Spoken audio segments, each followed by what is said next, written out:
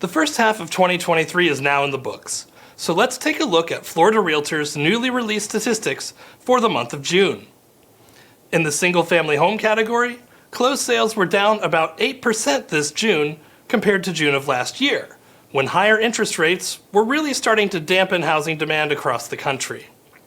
According to Freddie Mac, at this time last year, the typical rate on a 30-year fixed-rate mortgage had risen above 5%, after starting 2022 at around 3%.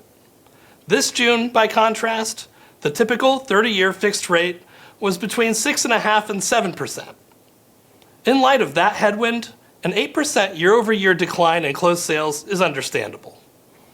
If we look at closed sales overall for the first half of 2023, we saw about 135,000 single-family home transactions close, which was a decline of over 16% compared to the first half of 2022.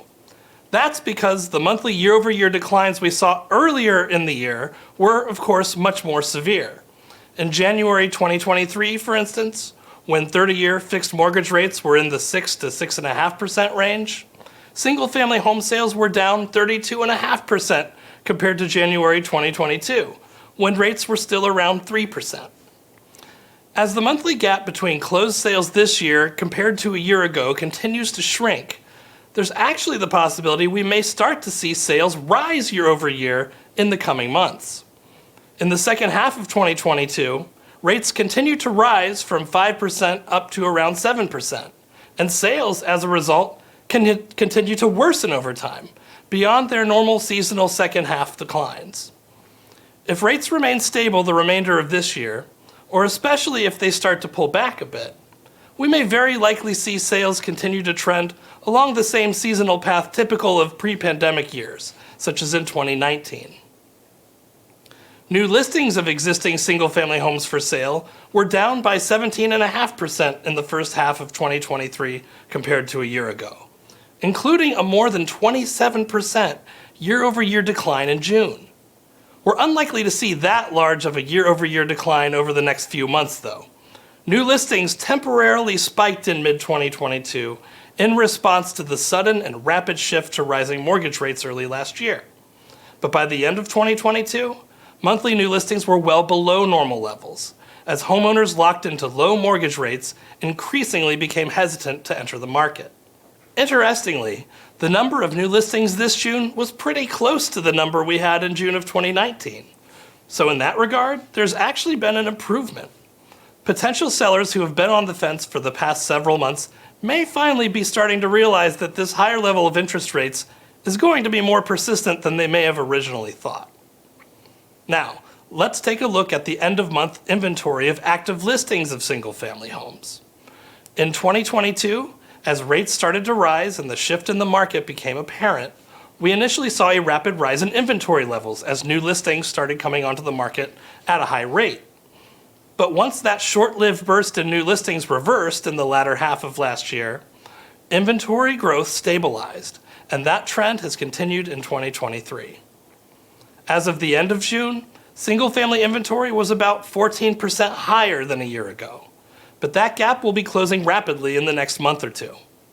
Overall, we are at an inventory level that is about halfway between our pre-pandemic inventory level at this time in 2019 and our low point during the pandemic in 2021.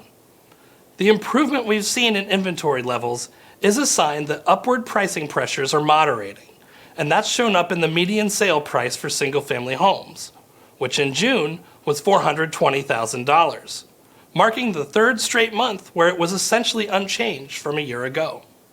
Now, let's wrap up by quickly reviewing the numbers over in the existing townhouse and condo category, where, for the most part, the story has been similar to what we're seeing on the single-family side.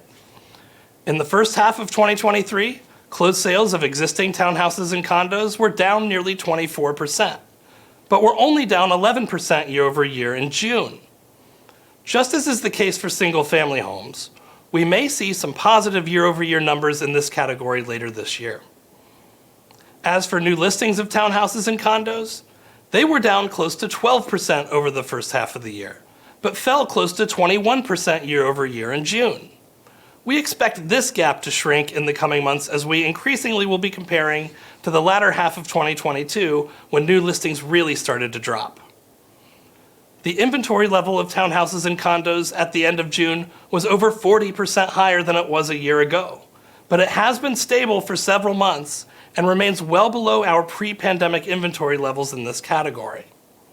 And finally, the median price among sales of townhouses and condos in June was $324,900, just $100 below where it was in June of 2022.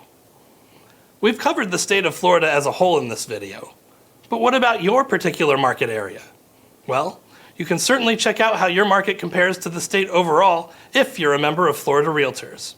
As always, you can find your local area statistics at floridarealtors.org/research or through our interactive web application, SunStats, which you can find at sunstats.floridarealtors.org. See you all next month.